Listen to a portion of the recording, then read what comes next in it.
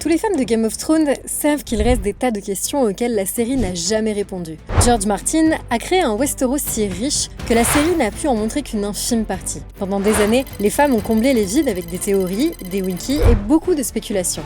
Puis House of the Dragon est arrivé, et tout à coup, beaucoup de ces mystères ont commencé à trouver leurs réponses. Ce qui rend ce préquel si réussi, ce n'est pas seulement qu'il raconte une excellente histoire, c'est que presque chaque épisode revient sur Game of Thrones pour répondre à des questions que les fans se posaient depuis des années. House of the Dragon, ainsi que Fire and Blood, le livre dont elle est adaptée, transforme ce qui n'était qu'un simple contexte historique en un véritable drame de chair, de sang et de dragons. Aujourd'hui, on va découvrir 20 questions laissées sans réponse par Game of Thrones et voir comment House of the Dragon y répond enfin. Numéro 20, comment les dragons peuvent-ils se noyer ou être blessés par des dangers ordinaires ? Dans Game of Thrones, les dragons semblent presque invincibles. Les seules vraies menaces sont l'acier valarien, les cornes capables de contrôler les dragons ou encore les lances de glace des marcheurs blancs. Les dangers plus banals ne sont jamais vraiment évoqués, car les 3 dragons de Daenerys dominent tout ce qui les entoure. House of the Dragon renverse cette idée en montrant à quel point les dragons, surtout les plus jeunes, ou ceux sans cavalier, peuvent être vulnérables. On les voit blessés par des chaînes, affaiblis par la négligence. Les dragons ne sont pas des dieux, ce sont des animaux avec des ailes et du feu dans le ventre. Et la série nous rappelle que, même dans un monde rempli de magie, les lois de la nature s'appliquent toujours. Numéro 19. Les habitants du Sud vénèrent-ils encore les anciens dieux ou la foi des Sept les a-t-elle totalement remplacés ? Quand les Andals ont traversé le détroit pour s'installer à Westeros, ils ont apporté avec eux la foi des Sept. Avec le temps, la religion des premiers hommes a été repoussée toujours plus au nord, jusqu'à devenir presque exclusivement une croyance nordienne. Mais Game of Thrones laissait entendre que la réalité était plus nuancée. House of the Dragon le confirme avec la maison Blackwood qui continue d'honorer les anciens dieux bien au sud du Neck. Son blason porte toujours un baral, symbole de sa fidélité à cette ancienne foi. C'est aussi l'une des raisons de la haine entre les Blackwood et leurs rivaux, les Bracken. Ces derniers ont adopté la foi des Sept et considèrent depuis des générations les croyances de leurs voisins comme dépassées. Numéro 18. Les 7 couronnes ont-elles déjà fait la guerre à des ennemis extérieurs ou seulement entre elles ? Entre Game of Thrones et House of the Dragon, les guerres civiles occupent tellement de place qu'on pourrait croire que Westeros n'a jamais affronté d'autres menaces que les morts. House of the Dragon corrige cette idée avec la guerre des degrés de pierre, un conflit long et brutal opposant la maison Velaryon à la Triarchie, une alliance de 3 cités libres de l'autre côté du détroit. Les degrés de pierre sont un chapelet d'îles qui relie autrefois Westeros à Essos. Depuis toujours, elles attirent pirates et conquérants. Corlys Velaryon, le serpent de la mer, bâtit sa réputation en chassant la Triarchie de ses eaux. Et cette guerre ne s'arrête pas là. Plus tard, pendant la danse des dragons, les Verts feront de nouveaux appels à la Triarchie pour briser le blocus de Port-Réal imposé par les Noirs. Numéro 17. Comment les dragons se battent-ils entre eux ?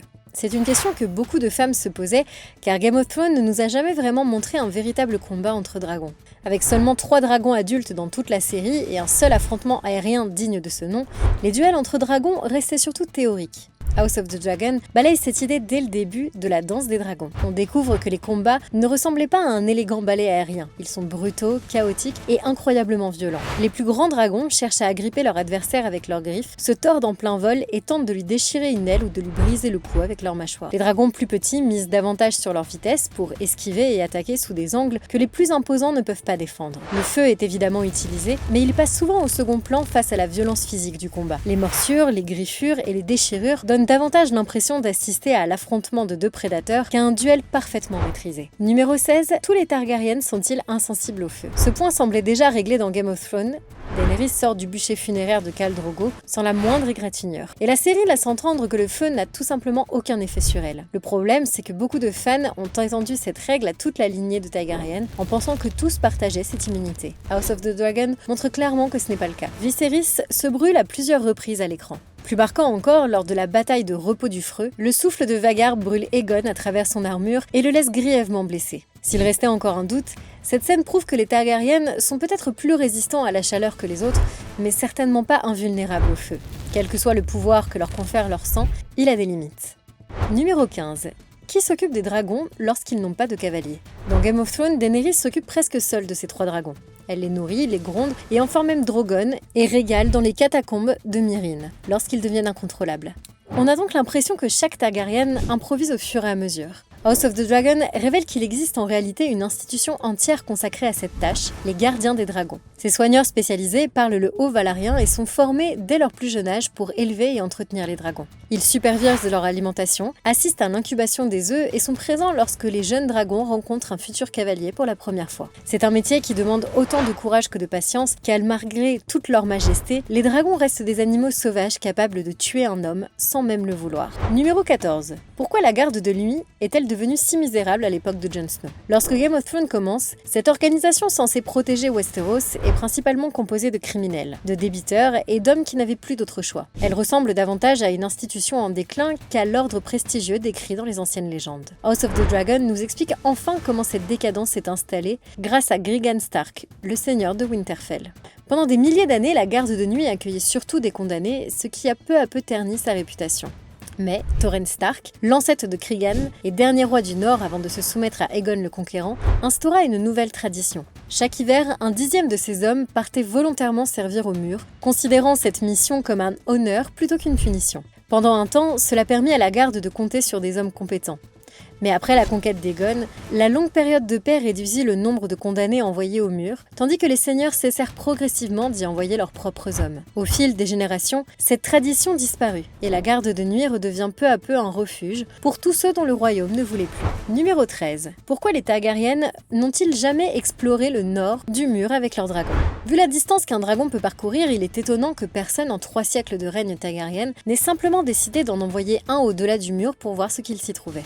Griggan Stark apporte enfin une réponse. Il raconte la visite du roi Jaehaerys Ier et de la reine Alicent, 2 des souverains les plus aimés de l'histoire des Targaryen, qui parcouraient le royaume à dos de dragon. Lorsqu'ils atteignirent le mur, leurs dragons refusèrent catégoriquement de le franchir. Aucun ordre, aucune tentative ne put les convaincre de voler au-delà de cette frontière. C'est d'autant plus étonnant que les dragons ne montrent de peur dans pratiquement aucune autre situation. Ce détail fait écho à Game of Thrones lorsque les dragons de Daenerys affrontent l'armée des morts au-delà du mur et que Viserion est tué avant d'être ressuscité par le roi de la nuit. Quelle que soit l'ancienne magie qui entoure le mur, les dragons avaient donc une très bonne raison de s'en méfier.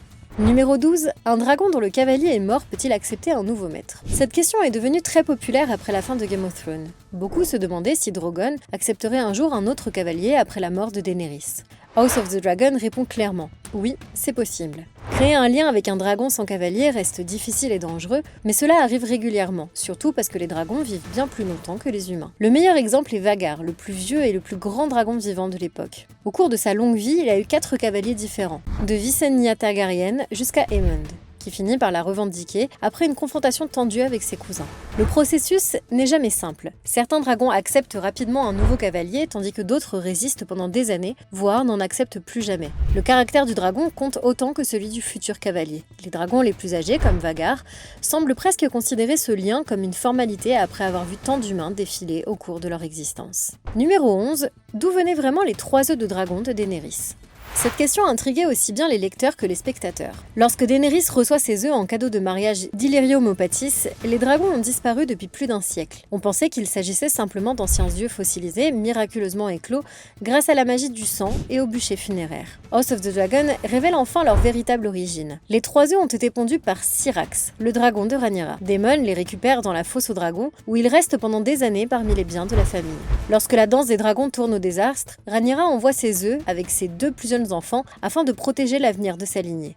Ils transitent d'abord par le Valarien, avant d'arriver finalement à Pentos, la ville même où Illyrio Mopatis les possède plusieurs générations plus tard. Numéro 10, les Targaryen étaient-ils vraiment la seule famille valarienne à avoir échappé au fléau? Dans Game of Thrones, le fléau de Valyria est présenté comme une catastrophe ayant anéanti toute une civilisation. Et les Targaryen semblent être les seuls à avoir eu la clairvoyance de fuir à temps. La série originale ne montre jamais d'autres grandes familles valariennes. House of the Dragon corrige cette idée en mettant la maison Velaryon au premier plan. Aussi ancienne et aussi valérienne que les Targaryen, elle s'était même installée à Westeros avant les ancêtres d'Aegon. Corlys Valerian, le serpent de mer, est extrêmement fier de cet héritage. Toute sa vie, il garde une certaine amertume en voyant les Targaryen porter la couronne, alors que sa propre famille a largement contribué à faire de Westeros une puissance maritime. Dans les romans de George Martin, les Valarion existent déjà, mais leur rôle est bien plus discret.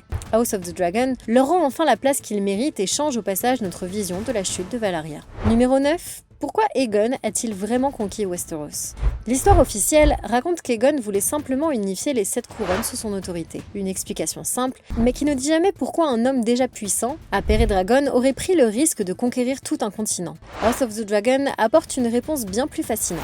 Aegon aurait eu une vision. Il aurait vu le retour des marcheurs blancs et la longue nuit s'abattre de nouveau sur Westeros. Cette prophétie le convainquit que le royaume devait être unifié sous les Targaryen avant que ce jour n'arrive, afin que celui qui siégera sur le trône de fer dispose de la force et des dragons nécessaires pour repousser cette menace. C'est cette vision qui deviendra le chant de la glace et du feu, une prophétie transmise d'héritier en héritier au sein de la famille Targaryen. Un simple détail qui change complètement notre vision de la conquête. Numéro 8. Qui était vraiment Rhaenyra Targaryen et pourquoi pensait-elle avoir un droit légitime au trône de fer? Dans Game of Thrones, Rhaenyra n'est évoquée qu'à quelques reprises. Joffrey en parle à Marjorie lorsqu'il raconte la danse des dragons. Puis Shireen Baratheon la mentionne brièvement quelques saisons plus tard. À chaque fois, son histoire sert surtout d'avertissement pour les dangers d'une guerre civile. Mais on ne découvre jamais qui elle était réellement, ni pourquoi sa revendication était considérée comme légitime. House of the Dragon consacre toute son intrigue à répondre à cette question. On voit Viserys la désigner officiellement comme son héritière. On la voit évoluer dans une cour qui remet constamment son droit à gouverner en cause uniquement parce qu'elle est une femme. Et malgré tous les efforts de son père pour protéger sa succession, les intrigues politiques se liguent progressivement contre elle. Lorsque la danse des dragons éclate, on comprend parfaitement pourquoi Rhaenyra estime que le trône lui revient. Non par ambition personnelle, mais parce que c'est son propre père qui l'a choisie comme héritière. Numéro 7. D'autres Targaryennes ont-ils eu des visions prophétiques comme Daenerys? Les visions de Daenerys dans la maison des non-mourants semblent être un événement unique lié à sa propre histoire. House of the Dragon révèle pourtant que les rêves de dragon sont un véritable héritage familial. Daenerys Targaryen, surnommée Daenerys la rêveuse, avait prédit le fléau de Valyria plusieurs années avant qu'il ne survienne. C'est grâce à cette vision que sa famille quitta Valyria à temps pour survivre. La vision d'Aegon concernant le retour des marcheurs blancs appartient à cette même tradition. Viserys Ier, lui aussi, fait un rêve prophétique où il voit son fils couronné au milieu d'épées et des dragons. Sa vision se réalise, mais pas du tout comme il l'imaginait. Sa fille Helaena possède également ce don. Tout au long de la série, elle prononce des phrases mystérieuses qui ne prennent leur sens qu'après coup. Même Daemon connaît plusieurs visions lors de son séjour fiévreux à Harrenhal, apercevant aussi bien le passé que l'avenir. Pris ensemble, tous ces événements montrent que la prophétie n'est en aucun cas un cas isolé propre à Daenerys, mais une capacité qui traverse toute la lignée Targaryen. Numéro 6. Combien de dragons les Targaryen possèdent-ils à l'apogée de leur puissance? Dans Game of Thrones, les 3 dragons de Daenerys semblent déjà représenter une force écrasante. On oublie facilement qu'ils ne sont qu'une infime partie de ce que possédait autrefois la famille.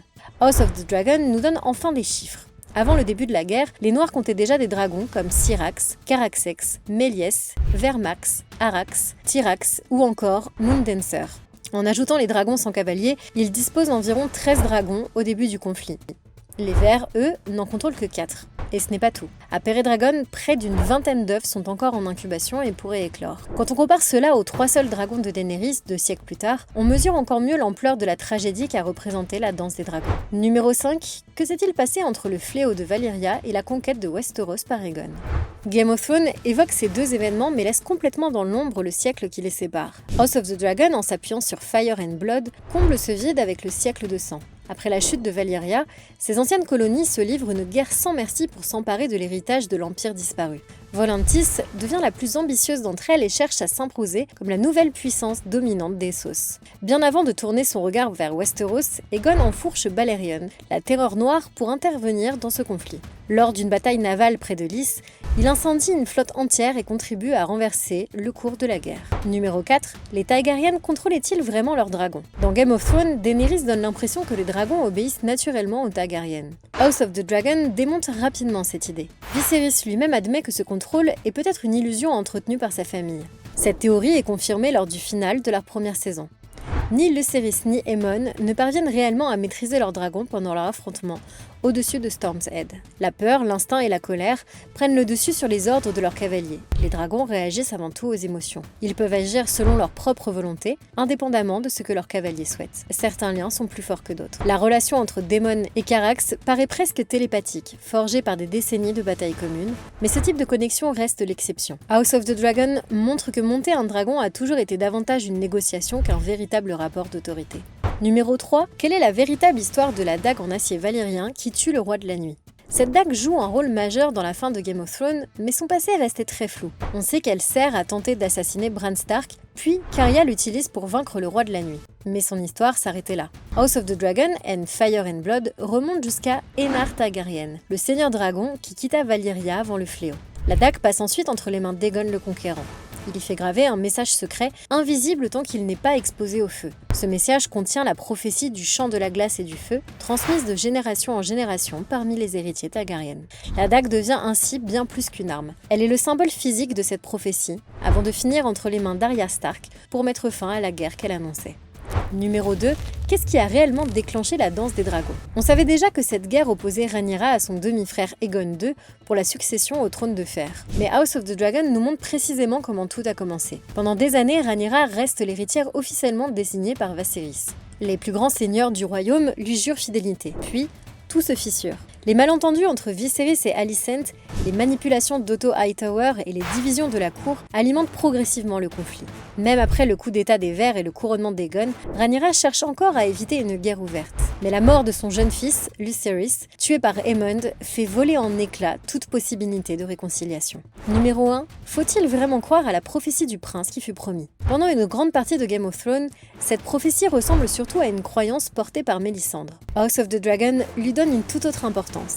Aegon le Conquérant aurait eu la vision du retour de la longue nuit et compris qu'un Targaryen devait être sur le trône de fer lorsque ce jour arriverait, afin d'unir le royaume. Cette vision devient le chant de la glace et du feu, transmis de génération en génération.